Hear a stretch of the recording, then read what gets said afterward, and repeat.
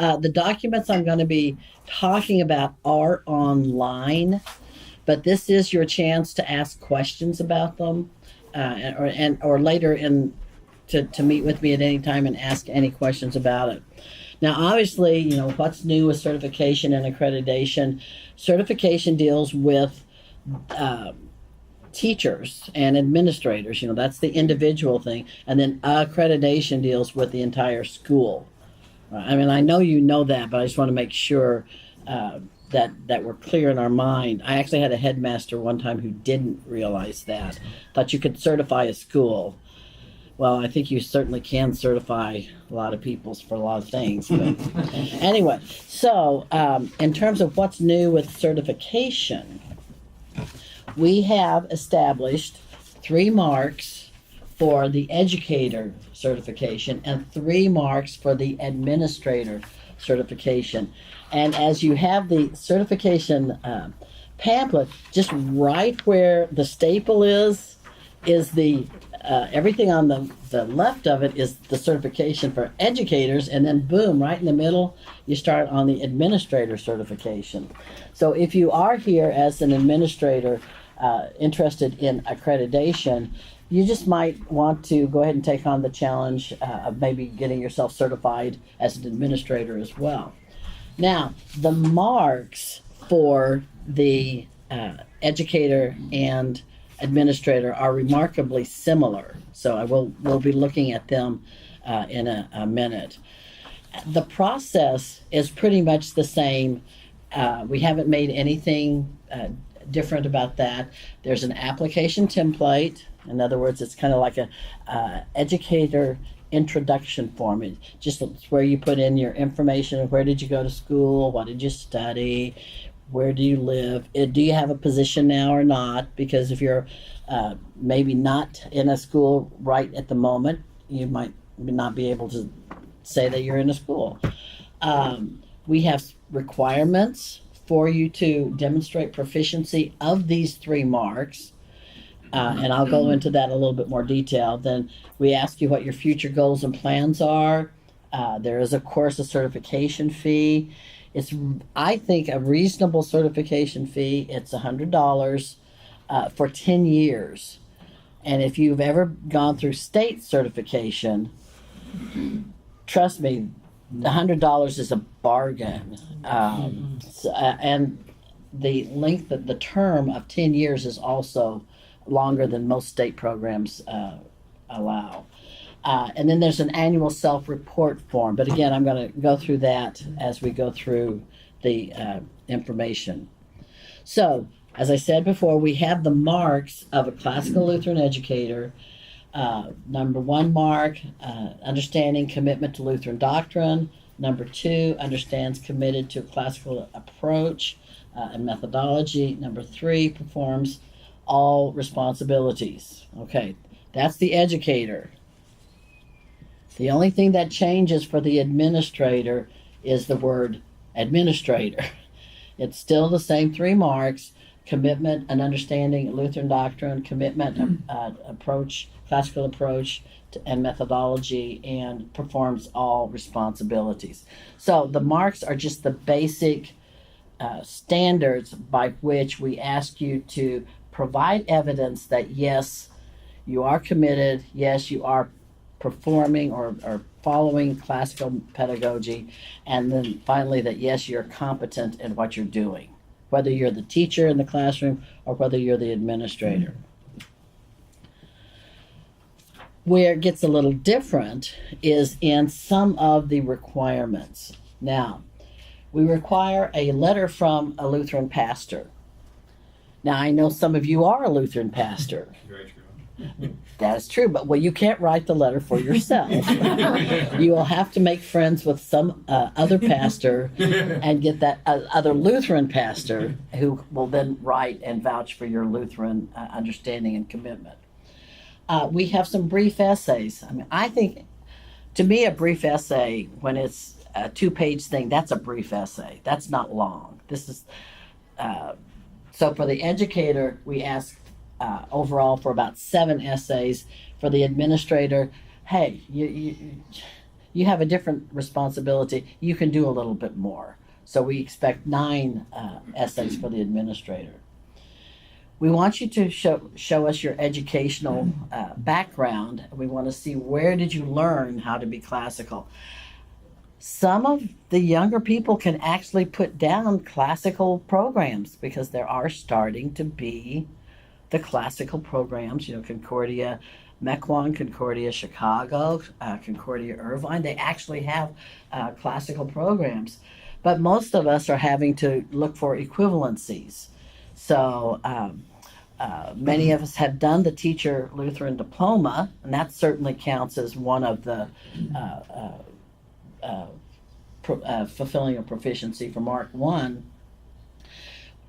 CCLE has started, as of last year, providing the continuing education units that you can kind of collect up also to be using as evidence that, yes, you've been attending classical education conferences and sessions, and so you've been learning how to do that.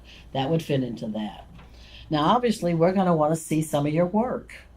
Whether you're a teacher or an administrator, we're going to want to see how you have organized your classroom instruction, how you've organized the overall curriculum of the school, for evidence that is classically oriented, that you're doing that.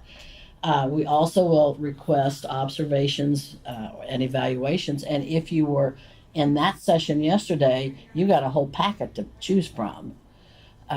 If you weren't, you can always email me and I can send you that packet so you can pick which one you might want to choose from.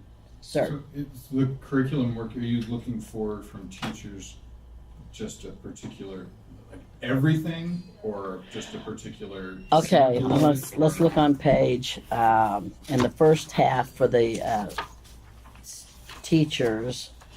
I think it's on page 13. Yeah, page 13. When it says minimum requirement to demonstrate Mark II, Okay. we need to see a course plan, which will be an annual, the whole overview, the big picture, the unit plan, and a lesson plan. Now, if you're an elementary school teacher in an elementary classroom, you're going to have a lot of little lessons that you're going to be reflecting. And if you are in a high school,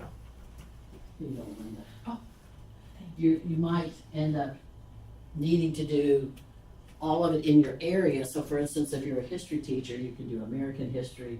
You probably also teach world history, ancient history, so that you can come up with more than just one. But we're just looking for a way to see that, yes, you're organizing it in using a classical organizational approach. Yes? May I backtrack one point? Sure. And just ask for clarification? Sure. So, in the theological requirements under educational proficiency, Mm-hmm. the Lutheran teacher diploma is a certification that you've taken all these theological courses. Mm-hmm. So if you have that, do you also still need to give the transcripts for your theological courses or not?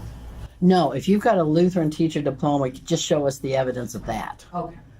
Because you're not going to get that without having done the Yeah, other. that's my question. So, yeah, we're not trying to collect paper just for the fun of having paper, but we do want to make sure.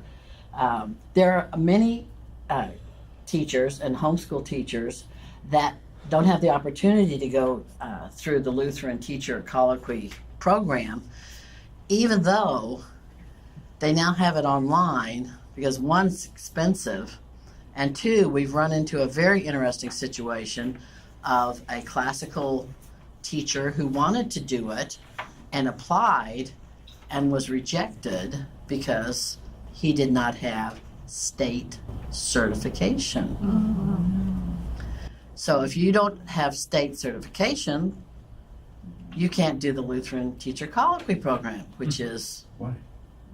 the rule. Yeah.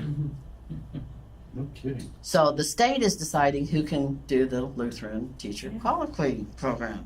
So that is an issue that CCLE has been brought in on, and we are working to point out the inconsistency of why is the state deciding who can do this? Well, and I got my Lutheran teacher diploma before I was ever certified.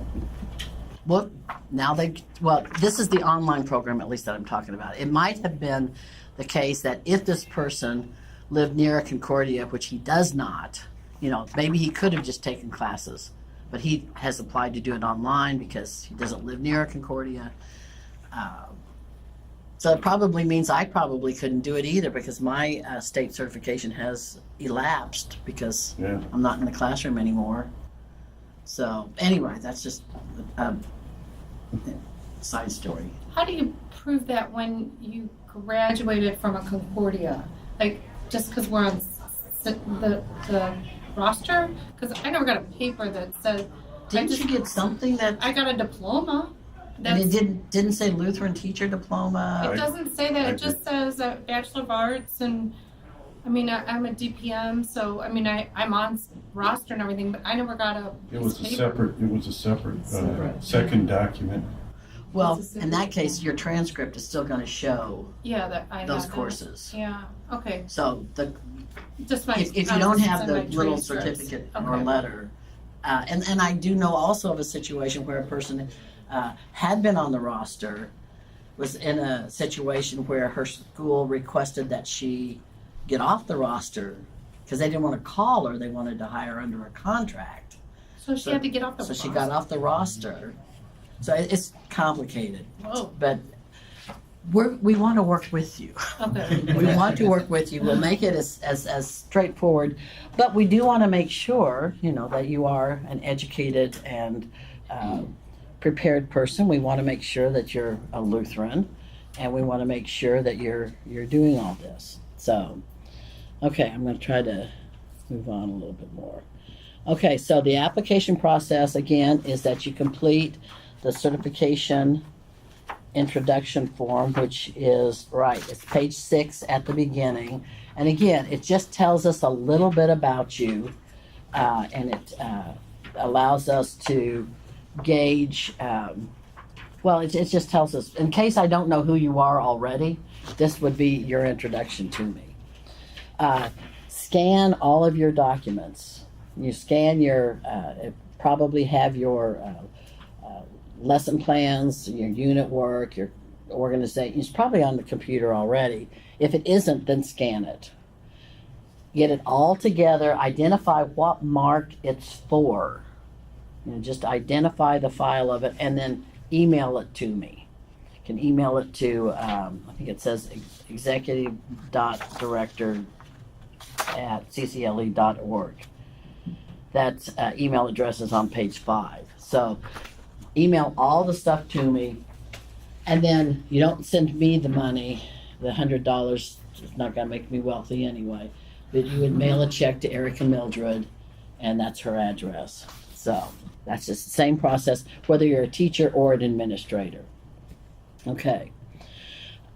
Once I get this, I report to the board that yes, we have a candidate. We need an educator certification review team or an administrator certification review team. So we need 3 people that will look at your evidence.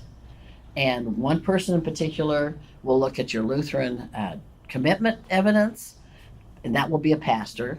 One person in particular will look at your Mark II, your commitment and practice of classical pedagogy, and that will ideally be a teacher or another fellow administrator. And then the third mark about performing your responsibilities, that ideally will be an administrator. If we have any questions or if we're impressed and just can't, we want to talk with you, we may call you up and have a Skype conversation. It's not a make or break thing. It's just that we want to make sure that when we are certifying you, that you really are representing classical education in a very strong and powerful way. And then once you're certified, certifications for 10 years.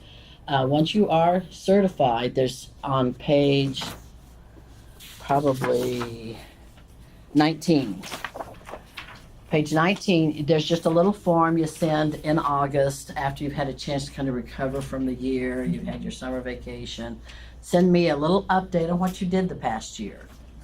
Part of your application has had future goals and plans. I want to go to the CCLE conference. Did you go? I want to read Dr. Korchak's book on Lutheran education. Did you read it? So it's just a chance for you to update what you say you have done. Again, the administrator is very, very similar, except that as an administrator, you won't be submitting lesson plans. You will be submitting more of the your overview of the curriculum. So if you look on the second part of it, on page 13, you'll have to present an overview of the school's classical curricular organization, because you are in charge of supervising all of it. And there's a few ways you can do that. And again, there's still the idea that you have to demonstrate your preparation for this. So the educational proficiency could be some college classwork, or it could be reading on your own, because again, so many of at least the first and second generation of classical educators and classical administrators have been self-educated in the area. We haven't had programs to go and teach us. So we do accept readings to cover that. So are there any questions about certification? Yes, sir. Will new teachers who go through these programs, like at Chicago and Wisconsin, will they come out with something already with this, with you all? What they will have to do, and I've talked with Dr. Manouche and Dr. Mobley and Dr. Korchak about this, is as the students are going through those programs, if they just say, guys, as you go through this, make sure you're kind of collecting your school, the course assignment that would fit here. Yeah. And when you do your student teaching, and you get your observations, then that'll fit in here. Certification's always the responsibility of the individual, though. Yeah. It's not, the Dr. Korchak can't say, okay, now I'm going to submit all this to Jackie, and then, 3 of them are going to get certified just because he sent it in. It'll be up to those 3 to pursue it. But they worked very closely. Concordia did, Wisconsin did, Chicago did. They worked very closely to make sure that their program is fitting with these marks. Matter of fact, they took the marks and then they designed their program. So So they should very easily. they should have this. very easily. The only thing that might be hard for them as a new graduate might be the $100 for the fee. Yeah. Okay, so again, once a year, you let me know how you're doing, and that takes care of that. Okay, so that's all my talk about certification. I want to move into accreditation. One question before. Sure. Can you give me just a general idea, how many certified teachers are there now? in 2. Classically? 2. Yes. We've had the process for about 4 years. And I've had many people come in and say, oh, I'm working on it. But we've only actually completed the process for 2. So, and no administrator has done it. So what I'm telling all the teachers is the next time your administrator gets on you about making progress, because some of the schools are actually putting it in the teachers' contracts now. Ooh. That they have to be working towards CCLE certification. And I salute that. I think that's very impressive. But it's not only the teachers now.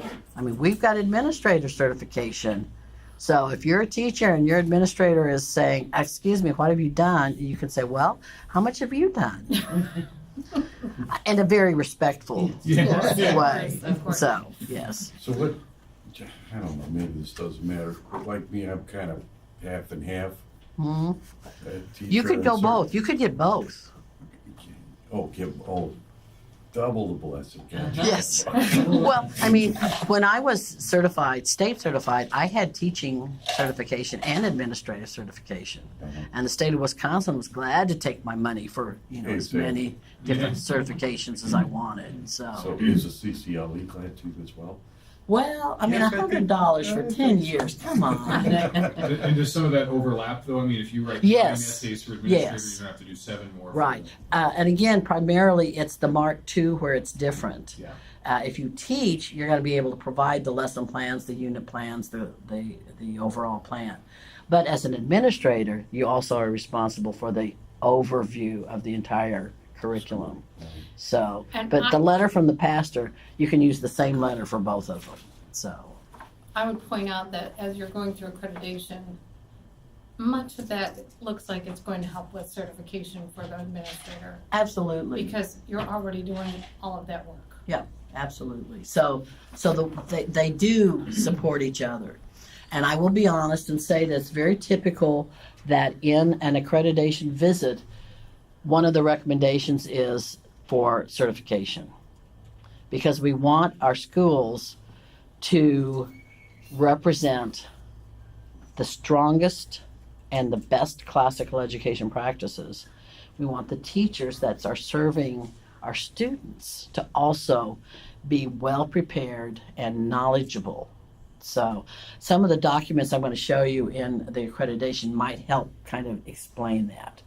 Because, and we do have 16 schools at this point that are accredited. So that's, but we've been doing that longer than we've been doing certification. So, all right. So if you want to switch over to the accreditation pamphlet, we have this accreditation information and timeline document, which is very straightforward. Again, this is available on the website, and it's just a school that's interested in it can click on this and get a lot of information. It makes the point that, why, gosh, yes, you can get NLSA co-accreditation. One of the things my husband said this morning, I want to clarify, it's not that he's not correct. You can get NLSA co-accreditation by doing CCLE. However, if you do NLSA accreditation, that does not give you CCLE accreditation. It's a one-way path. Our partnership is we will certify that you're classical or accredit you as classical, and then they will also recognize you as Lutheran. But it doesn't work the other way. No. So. And this says we have to submit the fee to NLSA as well. Yeah. Oh yes. And NLSA just raised their fees last year. Oh, good.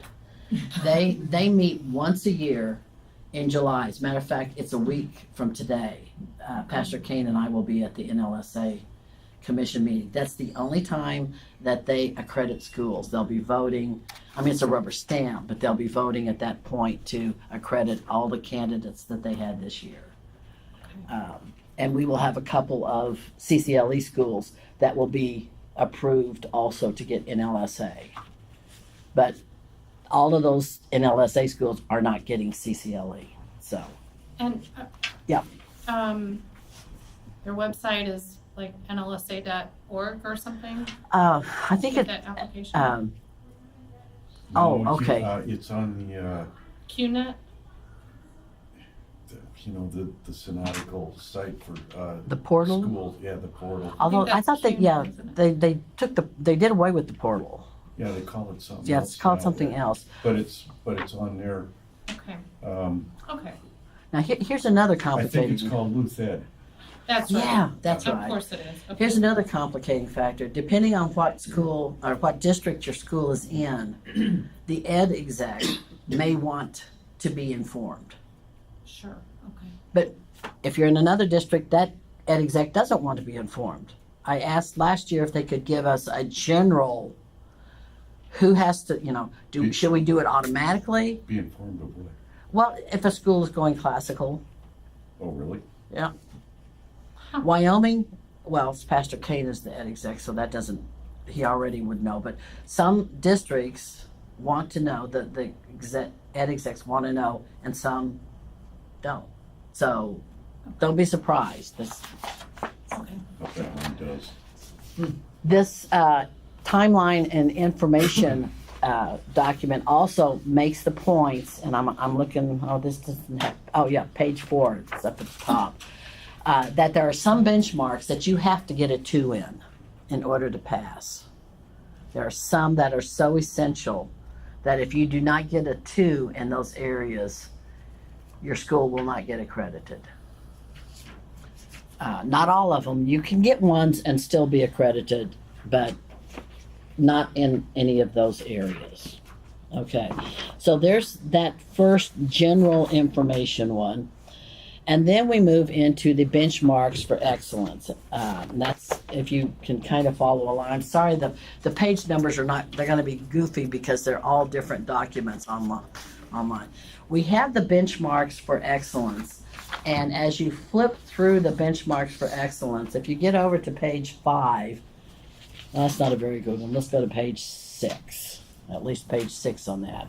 You're gonna see that it's going to have the mark there, and then it has a 3, a 2, and a 1, and it has the scores and descriptions of it. Exceeds the benchmark, meets the benchmark, does not meet the benchmark. And it kind of talks about what that particular mark looks like at that particular score. And then down below it says suggested evidence, and then it's got a couple of bullet points. This is one of our attempts to try to help a school know what kind of evidence would satisfy and demonstrate that particular mark. So this one happens to be an important one. The school confesses and incorporates a commitment to the gospel in all aspects of its educational mission, inspired sacred scriptures, confessional writings to the Evangelical Lutheran Church. Okay, so if you've got all your ducks in a row and you're a 3, it's going to be very clear from looking at all of your school documents, everything that's printed, looking in the hallways of your school when you walk in, the office. I mean, you're just going to see it everywhere. And that's what we mean by it permeates it. Okay, well, maybe you're in a facility that you don't have it on every hallway, on all the walls, but you still have it in all the handbooks, on the contracts, and it's there. So that's a 2. And then maybe you don't actually have it in print in the handbook, or maybe you don't even have a handbook. So maybe you don't have I'm not a diehard believer in mission statements, but come on, guys, this is a school, and this is one of our main mission fields. If we're not trying to reach out to our own children, where's our mission field? So mission statement, something. So this benchmark document is set up to kind of describe what it looks like when it's really good, it's got to look like to meet it, and then what might, if it's missing, what might make it look like it falls below. So does that make sense? Does that make sense? Okay, so that's the benchmark. And I believe the benchmark document is also online. If it is not, at any time, just email me and I will send it to you. Okay, so go through all of that one. That one's kind of lengthy. I think it's 29 pages. And we'll get to the application, self-study, and site visit information. It looks like this. And when you're really serious about, you've contacted me, and you said, my school wants we want to go through the process. And I'm going to say that I'm so happy to hear that. Send us the first check of $200 because we want to make sure you're committed. And then I'm going to start sending you the documents, the application. We used to have an application that was a template. And I thought, oh, this makes it easy. They just fill it in. Except you know how technology is? Templates are not necessarily going to work on every computer. And so we switched it over to being a Word document so that it is far more user-friendly. I think it's all in blue font, and then you type in, and as you fill it out for your own application, you can change it to black font. But it's a Word document, so if you need more space, boom, it just moves right with you. And in a template, you don't have that flexibility. I haven't had anybody complaining about the application not working for them since we recreated it in that way. Okay, so when you get the application, and you as the administrator undoubtedly are the one who's filling it all out. The last couple of schools, as they have gone through the various benchmarks, what they did to help their own organization was write an overview. Not a whole essay, but maybe a couple of paragraphs, just an overview, which kind of helped them think, okay, what kind of evidence am I using? Well, our church constitution clearly shows the school as the mission of the church, just kind of in a narrative form. Writing that overview helped them enough that I thought, okay, I want to share that with the other schools. Then you will send it to me. You can send it to me on a USB drive through the mail. You can send it to me on multiple emails. Or you can do a Dropbox, you can do a Google Drive, whatever works for you. If I am having trouble opening it, I will let you know. But send it to me electronically. We don't need to kill any trees for this. And if you ever have any questions, contact me. Okay, underneath that I have requirements for the site visit. There's really the most important requirement is working out the logistics and schedule for the site visit. And that requires a lot of give and take. So between the person who is on the administrator or whoever is leading the site visit at the school, the self-study and stuff, and then me and the other members of the team. So we have to figure out, well, when are we all going to get there?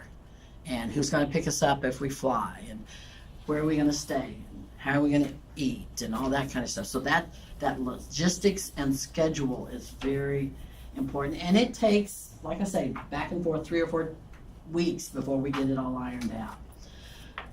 I will make the point that the people on the team get no stipend whatsoever for doing this. It is entirely volunteer. CCLE is a non-profit organization, and nobody makes any money off of anything. At the same time, the workman is worthy of his hire. They should not be having to pay out of pocket to go and do something. So if they have to fly somewhere, the school is expected to cover the cost of the flight. If they have to rent a car to come, because they only have one vehicle, however they go, if they take the train, the expenses are the responsibility of the school, and that's going to come into play on the estimated budget. So you might have to figure out, okay, how much is this visit going to cost the school? None of our schools are wealthy. We do try to find people close so that the transportation, which usually is the largest expense, we try to keep that reasonable. And talking about team members, you are not, as the school, responsible for naming your team. I know in some accrediting agencies, the school has to come up with their own team, which is crazy in my perspective, but I'm open to suggestions. So if you know of somebody that's not too far away that could easily come and serve on your team, I certainly will ask that person to see if they will come and serve on that team for you. So we want this to be a friendly, helpful experience. This is not something to dread. It really is not. Okay, so you might go through this estimated budget to kind of figure out, okay, what do we anticipate? I think most schools have had to budget between $2,000 to $3,000 for a visit, for the team visiting for 3 days. And that's covered lodging, that's covered meals, and that's covered transportation.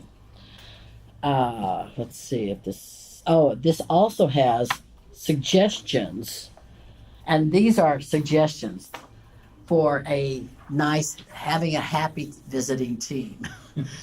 So it's very nice. Well, we have to have a place to work. We have to have a place where we can put our stuff. It's nice if we have some water or some coffee, some drinks, some treats. That's nice. Having materials close at hand. will be in and out of the classrooms. So if the teachers have organized a place for us to be able to slip in, see stuff that they've got on display for us, and then slip out again, that's very helpful. We need the most recent, accurate schedule, because every teacher gives a schedule at the beginning of the year. And I have to wonder, how long is that actually accurate? Because, I mean, we'll get the teacher schedule, and it was, oh, okay, we can go see math at 10:30, Yeah, no. and it's recess. You know, I mean, and we understand things. You change your schedule. We're not being critical of that. We just need to know when and where we can watch. So that's a helpful thing. If there's something that's unique and special about your school, tell us. We don't already know.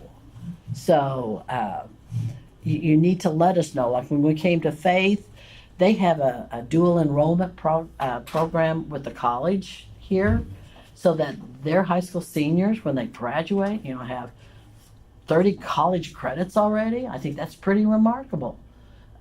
But I didn't know it till I came. So suggestions for the visit. Okay, I think almost the last document here is, what are we looking for in accreditation visits? And again, this is the result. This particular document is a result of going to schools and administrators saying, well, we read the benchmark, we understand English, but what does it mean? What is this? So we've tried to kind of restate what it means. It's an overview of what's expected, and it also helps the team members, especially the first or second time that they've done a site visit, to know what they're looking for. So when we look at Mark 1, we're looking at Orthodox Lutheran doctrine. I mean, are you having, I'm trying to pick something that's just outrageous. Do you have a female preaching? And, so that would not be Orthodox, at least for the LCMS. So we're trying to focus on that, but we've done it by coming up with this, not this chart. So, are there written documents that express the commitment to the scriptures and to the writings of the evangelical church? Are there written documents? And maybe it's not even mentioned. Maybe it's just been so understood that they didn't bother to put it down in writing. But it's important that it be in writing. The connection between the church and the school, very important that is in writing. If a church is sponsoring a school, is the school a separate entity, or is it just considered a mission department of the church? Needs to be in writing. And that writing can save a lot of legal grief, and it just needs to be in writing. The Lutheran identity, I did want to share one story, and this is a Australian school, so we're all clear. It's not anybody here.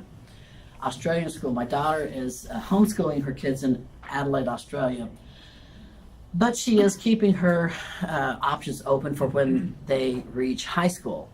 So she's getting material from the private high schools in Adelaide.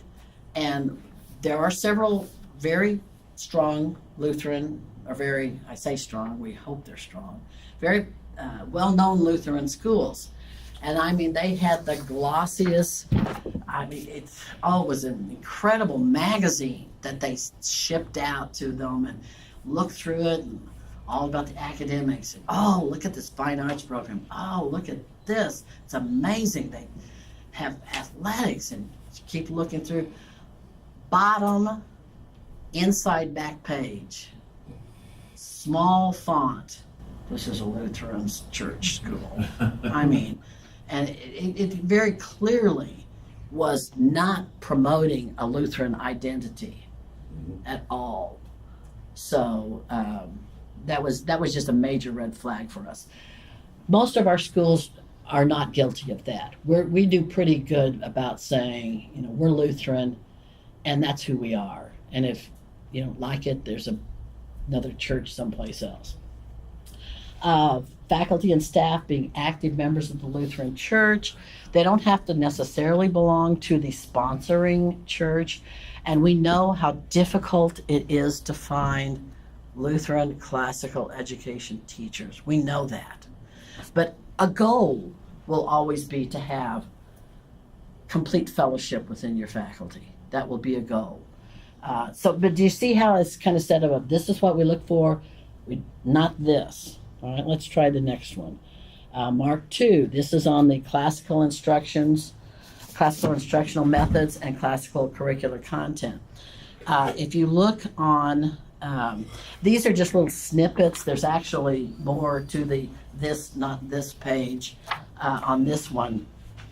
And Mark 2 for accreditation, it's a two-part. It's an A and a B. So A is going to focus on kind of the pedagogy, the practices, the instructional practices, and B is going to focus on the curriculum organization and selection.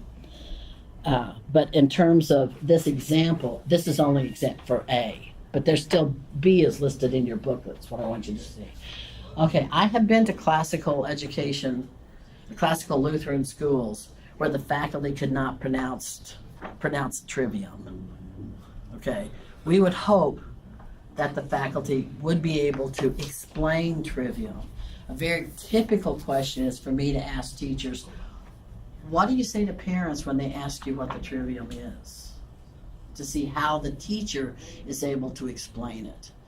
And hopefully it's not, well, nobody ever asked me. But so we want the faculty to be at least familiar and knowledgeable about the trivium. Do the faculty use the same instructional approach, strategy for every single thing, no matter what, the level or so is everything, you just memorize it, but you never analyze it. You memorize it, you never implement it. You just memorize it. And so, again, this, not that. In Mark 3, again, we're looking for institutional governance. Do you have clearly articulated policies and procedures? Now, notice that it's going to say, see Appendix A. So in other words, is there a written constitutional authority that established the school? You'd be surprised how many of our schools don't have that. You would actually be surprised. So there have been several church constitutions rewritten as a result of the school becoming accredited. Are you keeping useful, complete personnel information? Do you have personnel policies and student policies? Are they written, communicated, and enforced? So in other words, they could be written but not enforced. They could be incomplete, that kind of thing. We talked about Appendix A. If you were to go to Appendix A, which is just towards the end of this book, you're going to see a list of all the possibilities of policies that you might need to be addressing. I'm not saying that you necessarily have to have all of them. If you don't have a hot food program, then you don't have to worry about any hot food policies. But if you do have a parent-teacher association, for instance, what's the policy that helps to keep that in perspective?